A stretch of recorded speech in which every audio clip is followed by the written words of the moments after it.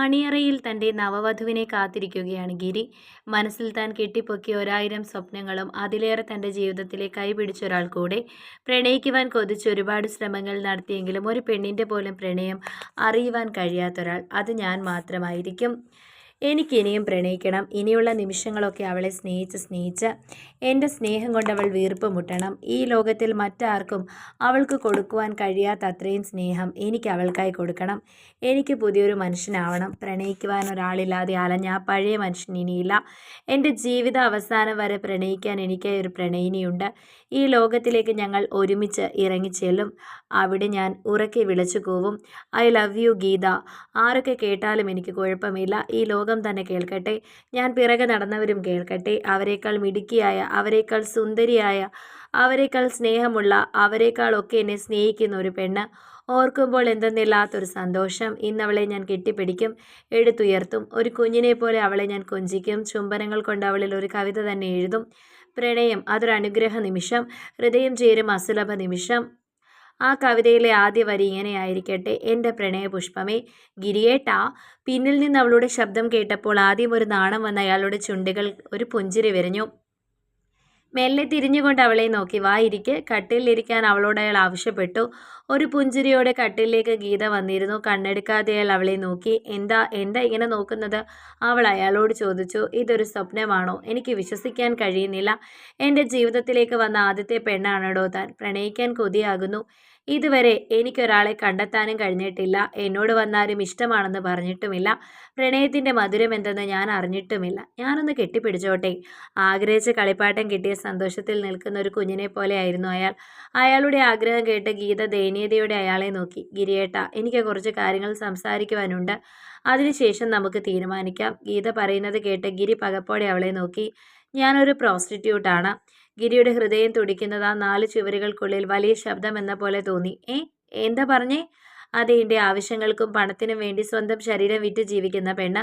അത്രയും നേരം സന്തോഷവാനായിരുന്ന ഗിരിയുടെ നെഞ്ചിടിപ്പ് വല്ലാതെ ഉയർന്നു. അയാളുടെ കണ്ണുകൾ ചുവന്നു തൊടുത്തു. തിരിച്ചൊന്നും പറയാൻ കഴിയാതെ അയാൾ തേങ്ങി. ശബ്ദമൊന്നും പുറത്തു വരാതെ ആ നിമിഷം അത്രയും അയാൾ ഒരു മെഴുകുതിരി പോലെ ഉരുകിപ്പോയിരുന്നു. ക്ഷമിക്കെന്നോട്, ഒന്നും മനഃപൂർവ്വമായിരുന്നില്ല. നിങ്ങളെപ്പോലെ ഒരു നല്ല മനുഷ്യനെ ചതിക്കാൻ എനിക്ക് കഴിയില്ല.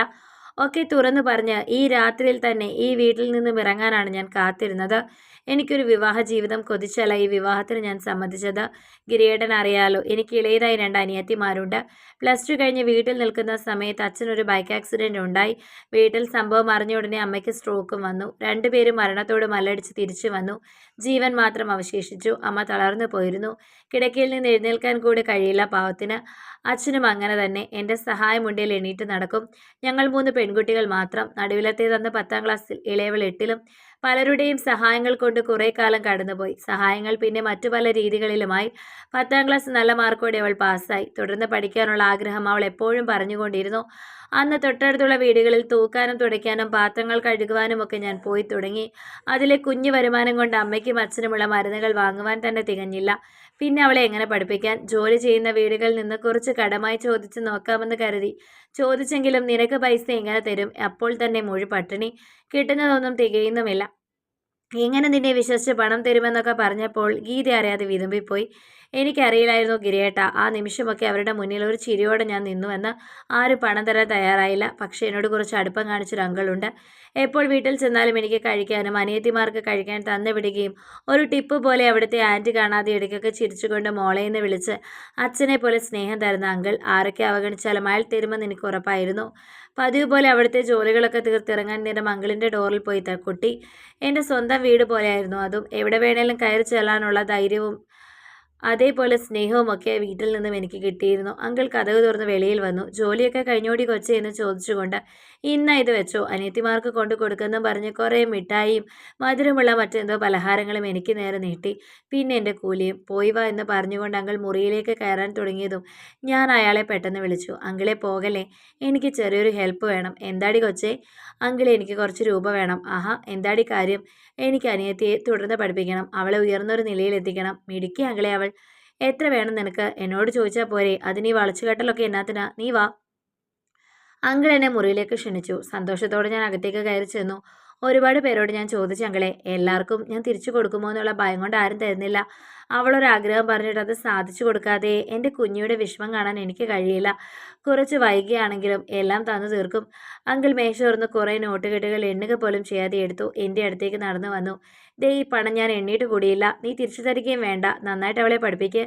സന്തോഷം കൊണ്ട് എൻ്റെ കണ്ണുകൾ നിറഞ്ഞൊഴുകി. യാചനയോടെ കൈകൾ മുന്നിലേക്ക് നീട്ടി നിന്നെന്നെ ഞെട്ടിച്ചുകൊണ്ട് ഞാനിട്ടിരുന്ന മുഷിഞ്ഞ ചുരിദാറിൻ്റെ മുൻവശം അയാൾ കൈകൾ കൊണ്ട് അകത്തി. എന്നിട്ട് ആ പണം എൻ്റെ മാറിലേക്ക് പറഞ്ഞു മുഴിപ്പിക്കും മുൻപ് ഗീതയുടെ കണ്ണുകൾ നിറഞ്ഞൊഴുകി. എൻ്റെ മാറിലേക്ക് വെച്ച് തന്നു. നീ ആഗ്രഹിക്കുന്നതിലും കൂടുതൽ ഞാൻ തരും, പക്ഷേ എനിക്ക് വേണമല്ല. ആ പണം അയാളുടെ മുഖത്തേക്ക് വലിച്ചെറിഞ്ഞ് വെളിയിലേക്ക് ഞാൻ ഓടി. പക്ഷേ എൻ്റെ അനിയത്തിയുടെ മുഖം പെട്ടെന്ന് മനസ്സിൽ തെളിഞ്ഞു. ആരോട് ചോദിക്കാനാണ്? എനിക്ക് ആര് പണം തരാനാണ്? എന്നെ കളിയാക്കിയ പലരുടെയും മുഖം മനസ്സിൽ തെളിഞ്ഞു. ഗേറ്റിൻ്റെ അടുത്ത് ചെന്നിട്ട് വീണ്ടും ഞാൻ തിരികെ ചെന്നു. ഞാൻ മുറിയിൽ ചെന്നപ്പോൾ അയാൾ തറയിൽ നിന്ന് പൈസ പറക്കുകയായിരുന്നു. ഞാൻ അയാളുടെ നേരെ കൈകൾ തീട്ടി. ഞാൻ വരാം, എന്ത് വേണമെങ്കിലും ചെയ്യാം. അയാൾ ഒരു ചിരിയോടെ എഴുന്നേറ്റു. എന്ത് സുന്ദരിയാടി നിന്നെ കാണാൻ. നിന്നെ ഞാൻ വല്ലാതെ കൊതിച്ചുപോയി. എൻ്റെ മാറിലേക്ക് നോക്കി അയാൾ അത് എന്തൊക്കെയോ പറഞ്ഞു. രൂപയും വാങ്ങി ഞാൻ അവിടെ നിന്നും ഇറങ്ങി. പിന്നെ അയാൾ എൻ്റെ ശരത്തെ പലപ്പോഴും ഉപയോഗിച്ചു തുടങ്ങി. എൻ്റെ ആവശ്യങ്ങളും വർദ്ധിച്ചു. പിന്നെ അയാളുടെ കൂട്ടുകാർ, അവരിലൂടെ മറ്റുള്ളവർ, അങ്ങനെ ഊരും പേരും ഒന്നും അറിയാത്ത, എണ്ണം പോലും അറിയാത്ത എത്രയോ പേർ. ഗീതയൊന്ന് നിർത്തി. ഗിരിയെ നോക്കി. അയാൾ നിശബ്ദനായി അവളെ നോക്കി നിന്നു. അങ്ങനെ അനിയത്തിമാരുടെ വിദ്യാഭ്യാസവും ജോലിയും വിവാഹവും ഒക്കെ നടത്തി. കഴിഞ്ഞുകൂടാൻ ഒരു കുഞ്ഞു വീടുമൊക്കെ ഈ തൊഴിലിൽ നിന്നാണ് ഞാൻ നേടിയെടുത്തത്. നല്ല ഡോക്ടർമാരുടെ മരുന്നുകളൊക്കെ നൽകി അമ്മയുടെയും അച്ഛൻ്റെയും ജീവൻ തിരികെ കൊണ്ടുവന്നു. മരിക്കുന്നതിന് മുൻപ് അവരുടെ ആഗ്രഹമായിരുന്നു എൻ്റെ വിവാഹം. ഒരുപാട് പ്രാവശ്യം പറഞ്ഞു കല്യാണം വേണ്ടെന്ന്. പക്ഷേ നിങ്ങളെപ്പോലെ നല്ലൊരു മനുഷ്യൻ്റെ ജീവിതത്തിൽ ഒരു കരടായി ഞാൻ. എന്നോട് ക്ഷമിക്ക്. അവൾ ഗിരിയെ നോക്കി കൈകൾ കൂപ്പി. ആ കൈകൾ അയാൾ പിടിച്ചു. ഞാൻ തന്നെ ഒന്ന് കെട്ടിപ്പിടിച്ചോട്ടെ? ഏയ്, പരിശുദ്ധയല്ലാത്ത ജീവിതം കളങ്കപ്പെട്ട ഒരുവളാണ് ഞാൻ. ഗിരിയേട്ടൻ എന്നെ ഒരിക്കലും ആഗ്രഹിക്കരുത്. ഗിരിയേട്ടൻ എന്നേക്കാൾ നല്ലൊരു പെണ്ണിനെ കിട്ടും. ഏട്ടന് നല്ല മനസ്സാണ്, നല്ലതേ വരൂ. ഗിരിയേട്ടന് പൂർണ്ണ സമ്മതത്തോടെ ഞാൻ ഇറങ്ങട്ടെ? ഇല്ല, നിന്നെ ഞാൻ എങ്ങോട്ടും വിടില്ല. ഗിരി അവളുടെ കൈകളിൽ പിടിച്ചു. നിന്റെ ഭൂതകാലം എനിക്കൊരു പ്രശ്നമല്ല, പക്ഷേ എനിക്ക് നിന്നെ ഇഷ്ടമാണ്. അയാൾ അവളെ തന്നിലേക്ക് ചേർത്ത് പിടിച്ചു. ഇതുപോലെ കഴിഞ്ഞ കാലങ്ങൾ തുറന്നു പറയാൻ പോലും അവൾക്ക് ആരുമില്ലായിരിക്കാം. അവൾക്ക് പ്രണയമില്ലായിരിക്കും. എന്നോട് ഇത്രയുമൊക്കെ തുറന്നു പറയണമെങ്കിൽ എന്നോട് ഇഷ്ടമുള്ളത് കൊണ്ടല്ലേ? മറ്റുള്ളവർ അവളുടെ ശരീരമല്ലേ സ്നേഹിച്ചത്? ഞാൻ അവളെയാണ് സ്നേഹിച്ചത്. അയാൾ അവളെ മുറുകെ കെട്ടിപ്പിടിച്ചു. കഥ നിങ്ങൾക്കിഷ്ടമായെങ്കിൽ ലൈക്ക് ചെയ്യൂ. നിങ്ങളുടെ അഭിപ്രായങ്ങൾ കമൻ്റായി രേഖപ്പെടുത്തൂ. കൂടുതൽ കഥകൾ കേൾക്കാൻ ഈ ചാനൽ സബ്സ്ക്രൈബ്